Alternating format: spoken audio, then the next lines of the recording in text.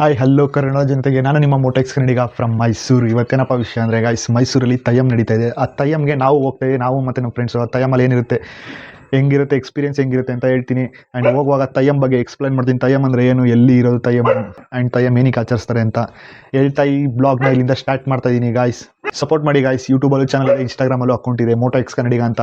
ಯೂಟ್ಯೂಬ್ನಲ್ಲಿ ಸಬ್ಸ್ಕ್ರೈಬ್ ಮಾಡಿ, ಸಪೋರ್ಟ್ ಮಾಡಿ, ಇನ್ಸ್ಟಾಗ್ರಾಮಲ್ಲಿ ಫಾಲೋ ಮಾಡಿ, ಸಪೋರ್ಟ್ ಮಾಡಿ ಅಂತ ಕೇಳ್ಕೊಳ್ತಾ ಈ ಬ್ಲಾಗ್ನ ಇಲ್ಲಿಂದ ಸ್ಟಾರ್ಟ್ ಮಾಡ್ತಾ ಇದ್ದೀನಿ. ಕಮಾನ್ ಗೈಸ್, ಲೆಟ್ಸ್ ಗೋ. ಇವಾಗ ಕೆಲವೊಬ್ಬರಿಗೆ ಒಂದು ಡೌಟ್ ಬಂದಿರ್ಬೋದು, ತಯ್ಯಂ ಅಂದ್ರೇನು, ತಯ್ಯಂ ಎಲ್ಲಿ ನಡೆಸ್ತಾರೆ, ತಯ್ಯಂ ಏನಕ್ಕೆ ನಡೆಸ್ತಾರೆ ಅಂತ.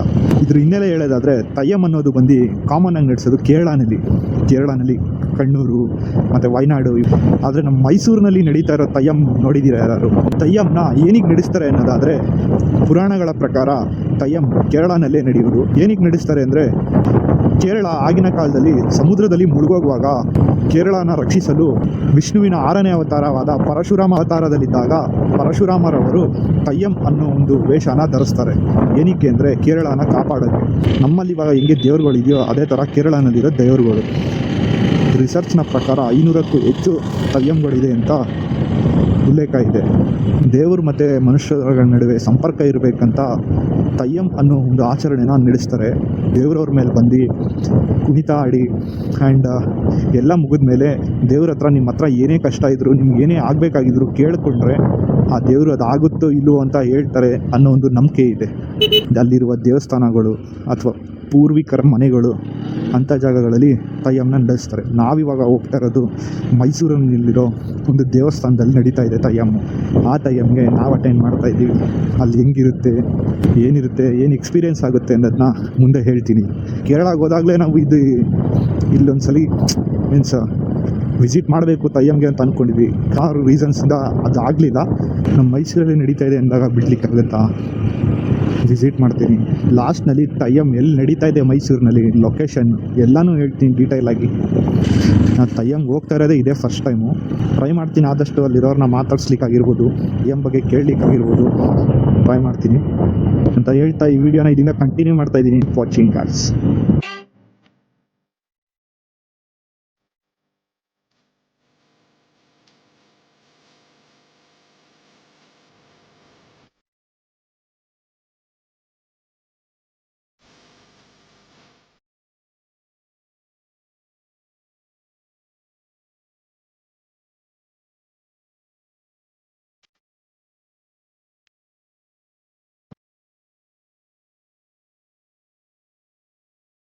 ನಾವು ಬಂದು 5 ನಿಮಿಷ ಆಯಿತು. ಇವಾಗ ತಾನೇ ತಯ್ಯಂ ಸ್ಟಾರ್ಟ್ ಆಗಿದೆ.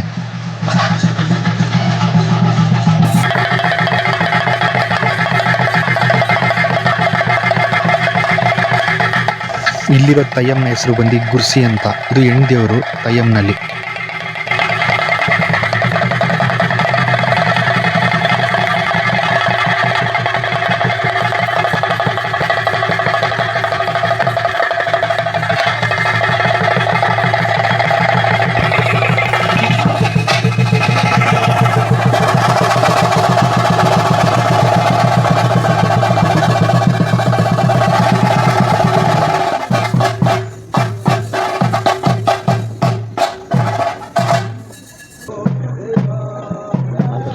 ಇಷ್ಟೊತ್ತರೆಗೂ ನೃತ್ಯ ಮಾಡಿ ಇವಾಗ ಒಂದು ಜಾಗದಲ್ಲಿ ಕೂತಿದ್ದಾರೆ.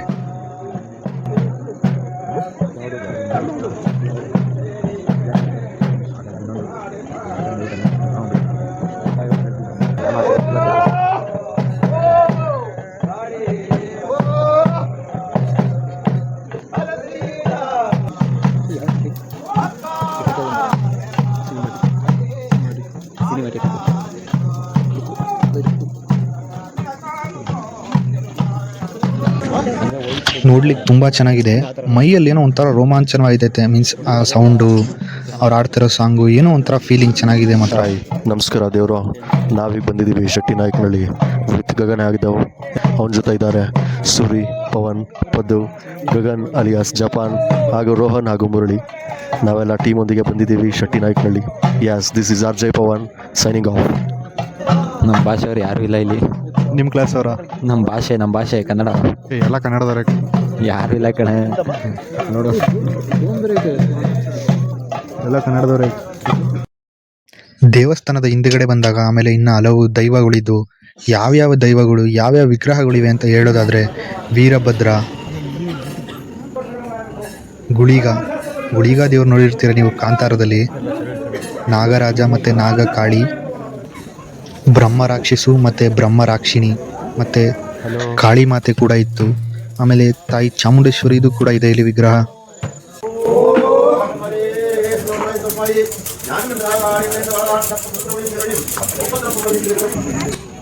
ಎಲ್ಲ ಮುಗಿದ ಮೇಲೆ ದೇವಿ ಬಂದು ಒಂದು ಕಡೆ ಕೂತ್ಕೊಂಡು ಅಲ್ಲಿ ಬಂದಿರೋ ಭಕ್ತರದು ಕಷ್ಟ ಮತ್ತು ಏನಾದ್ರು ಆಗಬೇಕಾ, ಅದು ಆಗುತ್ತಾ ಆಗಲ್ವಾ ಅಂತ ಪರಿಹಾರಗಳನ್ನೆಲ್ಲ ಹೇಳ್ತಾ ಇದ್ರು. ನಮ್ದು ಹೆಂಗೆ ಹಳೆ ಕನ್ನಡ ಇದೆಯೋ ಅದೇ ಥರ ಹಳೆ ಮಲಯಾಳಂನಲ್ಲಿ ಉತ್ತರ ನೀಡ್ತಾ ಇರೋದು. ನಮಗೇನಾದರೂ ಅರ್ಥ ಆಗದೇ ಇದ್ದರೆ ಪಕ್ಕದಲ್ಲಿ ಬೇರೆಯವ್ರ ಹತ್ರ ಟ್ರಾನ್ಸ್ಲೇಟ್ ಮಾಡಿ ಕನ್ನಡದಲ್ಲಿ ಕೂಡ ಹೇಳ್ತಾ ಇದ್ದಾರೆ. ಸದ್ಯಕ್ಕೆ ಇಲ್ಲಿರೋರೆಲ್ಲ ಬ್ಯುಸಿ ಇದ್ದಾರೆ. ಟ್ರೈ ಮಾಡ್ತೀನಿ ಯಾರನ್ನಾರು ಮಾತಾಡಿಸ್ಲಿಕ್ಕೆ, ನೋಡೋಣ. ಇದು ಬಂದು ಗುರುಸಿ ಅಂತ, ಗುರುಸಿ ಪೂಜೆ ಅಂತ ಮಾಡೋದು. ಇದು ಬಂದು ಕೋಲ, ಈಗ ನಡೆದಿದ್ದು ಕೋಲ ನಡೀತು. ಈಗ ನೆಕ್ಸ್ಟ್ ಅಲ್ಲಿ ಪೂಜೆಗೆ ರೆಡಿ ಆಗ್ತಾ ಇರೋದು ಗುರುಸಿ ಪೂಜೆ ಅಂತ ಆಗುತ್ತೆ. ಗುರುಸಿ ಪೂಜೆಯಲ್ಲಿ ಏನು ಮಾಡ್ತಾರೆ ಅಂದರೆ ಎಲ್ಲ ಜನರಿಗೂ ದೃಷ್ಟಿ ತೆಗೆದು ಕುಂಬಳಕಾಯಿನ ಬಲಿ ಕೊಟ್ಟು ಪೂಜೆ ಮಾಡ್ತೀವಿ. ಇದರಲ್ಲಿ ನೀವು ವಿಶೇಷವಾಗಿ ಏನಾದರೂ ನಿಮಗೆ ಬೇಕಂದರೆ ದೇವ್ರ ಹತ್ರ ಪ್ರಾರ್ಥನೆ ಮಾಡ್ಕೊಂಡು ಹೋಗ್ಬೋದು. ನಿಮ್ಮ ಕೆಲಸ ಆದಂಥ ನಂತರದಲ್ಲಿ ಬಂದು ತಾಯಿಗೆ ನೀವೇನು ಬೇಕು ಅದನ್ನು ಕೇಳ್ಕೊಂಡು ಹರಕೆ ಮುಖಾಂತರ ನೀವೇನು ಸಲ್ಲಿಸ್ತೀನಿ ಅಂದರೆ ಸಲ್ಲಿಸ್ಕೊಂಡು ಹೋಗ್ಬೋದು.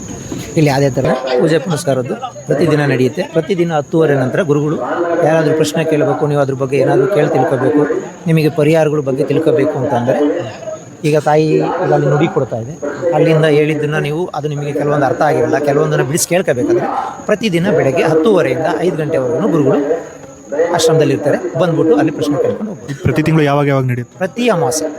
ಪ್ರತಿ ಅಮಾವಾಸ್ಯೆಯಲ್ಲಿ ಪ್ರತಿ ಒಂದೊಂದು ಕೋಲ ಇರುತ್ತೆ. ನೆಕ್ಸ್ಟು ಮುಂದಿನ 17 ಅಮಾವಾಸ್ಯೆಗೆ ನಾಗಕೋಲ ಇದೆ.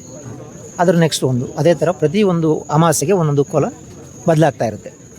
ನೆಕ್ಸ್ಟ್ ನಾಗಕೋಲ ಇದೆ. ನೆಕ್ಸ್ಟ್ ಡೇಟ್ ಮುಂದಿನ ಅಮಾವಾಸ್ಯೆ 17ಕ್ಕೆ ಬರುತ್ತೆ. ಸ್ಟಾರ್ಟಿಂಗ್ ತಡೆ ಓಡಿಸ್ಕೊಳ್ಳೋಂಥವ್ರು ಮಾಡೋ ಅಂಥವ್ರು 4:30-5 ಗಂಟೆಗೆ ಬರಬೇಕು. ಯಾಕೆಂದರೆ ಕಾರ್ಯಕ್ರಮ ಪೂಜೆ ಸ್ಟಾರ್ಟ್ ಆದಮೇಲೆ ತಡೆ ಓಡಿಸೋದಕ್ಕೆ ಆಗೋದಿಲ್ಲ.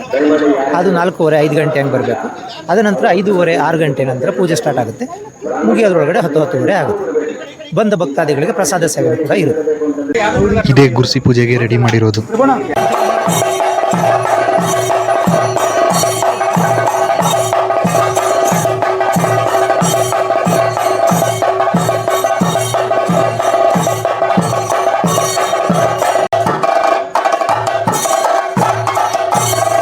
ನಿಮಗೆ ನೋಡ್ತಾ ಇರೋರ್ಗೆ ಹೆಂಗಿದೆಯೋ ಗೊತ್ತಿಲ್ಲ, ಮತ್ತು ಅದು ತುಂಬ ಅದ್ಭುತವಾಗಿದೆ.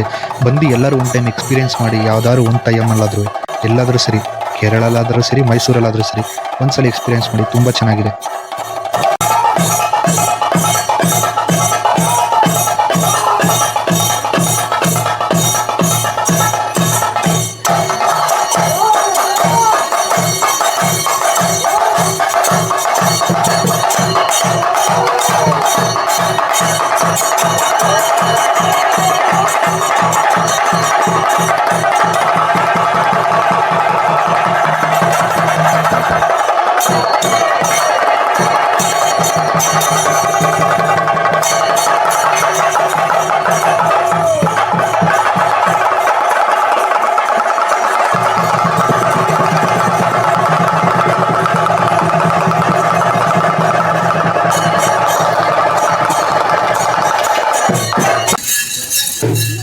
ಎಲ್ಲ ಮುಗಿದ ಮೇಲೆ ಎಲ್ಲರಿಗೂ ದೃಷ್ಟಿ ತೆಗೆದಾದ್ಮೇಲೆ ಎಲ್ಲರಿಗೂ ಆಶೀರ್ವಾದ ಮಾಡ್ತಾ ಇದೆ.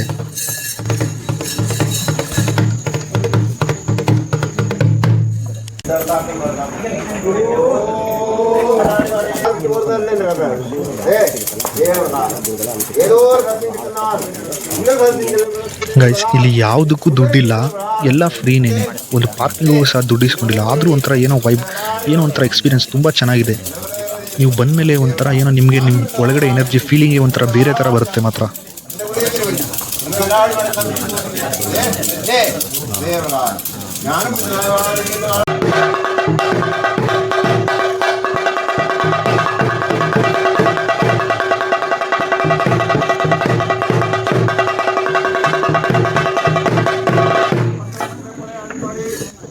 ಇದೇ ಥರ ಏಪ್ರಿಲ್ 17ನೇ ತಾರೀಕು ನಾಗಕುಲ ಕೂಡ ಇದೆಯಂತೆ. ಬಂದು ಎಕ್ಸ್ಪೀರಿಯೆನ್ಸ್ ಮಾಡಿ.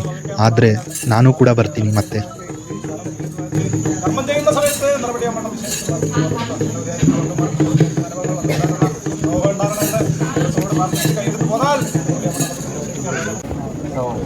ಎಲ್ಲ ಆಗಿ ಆಚೆ ಬರುವಾಗ ದೇವರ ಆಶೀರ್ವಾದ ಮಾಡಿರೋ ಕುಂಕುಮದ ಜೊತೆಗೆ ಹೂ ಕೂಡ ಕೊಡ್ತಾ ಇದ್ದಾರೆ.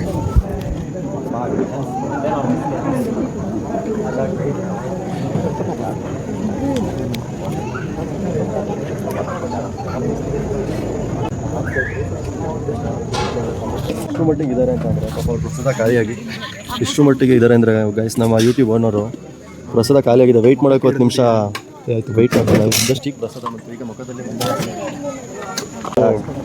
ಎಲ್ಲ ಮುಗೀತು. ನಾವು ಕೂಡ ಪ್ರಸಾದ ತಿನ್ಕೊಂಡು ಹಂಗೆ ಸ್ವಲ್ಪ ಹೊತ್ತು ಅಲ್ಲೇ ಕಾಲ ಕಳೆದು ಒಬ್ರಿಗೊಬ್ರು ಕಾಲು ಎಳ್ಕೊಂಡು ಮಾತಾಡ್ಕೊಂಡು ಮನೆಗೆ ರಿಟರ್ನ್ ಆದ್ವಿ. ಹೆಸರು ಗೊತ್ತಿಲ್ಲ, ಅವಮಾನ ಮಾಡ್ತಾವ್ ಇವಾಗ ಅಲ್ಲಿ ಗಾಯ್ಸ್ ಇದು ಲೊಕೇಟ್ ಆಗಿರೋದು ಬಂದು ಭೋಗಾದಿ ಹತ್ರ ಶೆಟ್ನಾಯಕನಹಳ್ಳಿ ಅಂತ. ದೇವಸ್ಥಾನದ ಹೆಸರು ಬಂದು ಶ್ರೀ ಪ್ರತ್ಯಂಗಿರ ಯೋಗೇಶ್ವರಿ ಭಗವತಿ ಟೆಂಪಲ್ ಅಂತ. ಕಮೆಂಟ್ ಸೆಕ್ಷನಲ್ಲಿ ಲೊಕೇಶನ್ ಕೂಡ ಪಿನ್ ಮಾಡಿರ್ತೀನಿ, ಹೋಗಿ ವಿಸಿಟ್ ಮಾಡಿ ಒನ್ ಟೈಮ್. ಈ ವಿಡಿಯೋ ಇಷ್ಟ ಆದರೆ ನಿಮ್ಮ ಕನ್ನಡದ ಕಂದನಿಗೆ ಸಪೋರ್ಟ್ ಮಾಡಿ. ಇನ್ಸ್ಟಾಗ್ರಾಮಲ್ಲೂ ಅಕೌಂಟ್ ಇದೆ, ಫಾಲೋ ಮಾಡಿ, ಸಪೋರ್ಟ್ ಮಾಡಿ. ಆಸೆಯೇ ದುಃಖಕ್ಕೆ ಮೂಲ, ಅಸೂಯೆ ಒಳ್ಳೆಯದಲ್ಲ, ಬೆಳ್ಳಗೆ ಇರೋದೆಲ್ಲ ಹಾಲಲ್ಲ, ಇಲ್ಲಿ ಯಾರೂ ಮೇಲಲ್ಲ.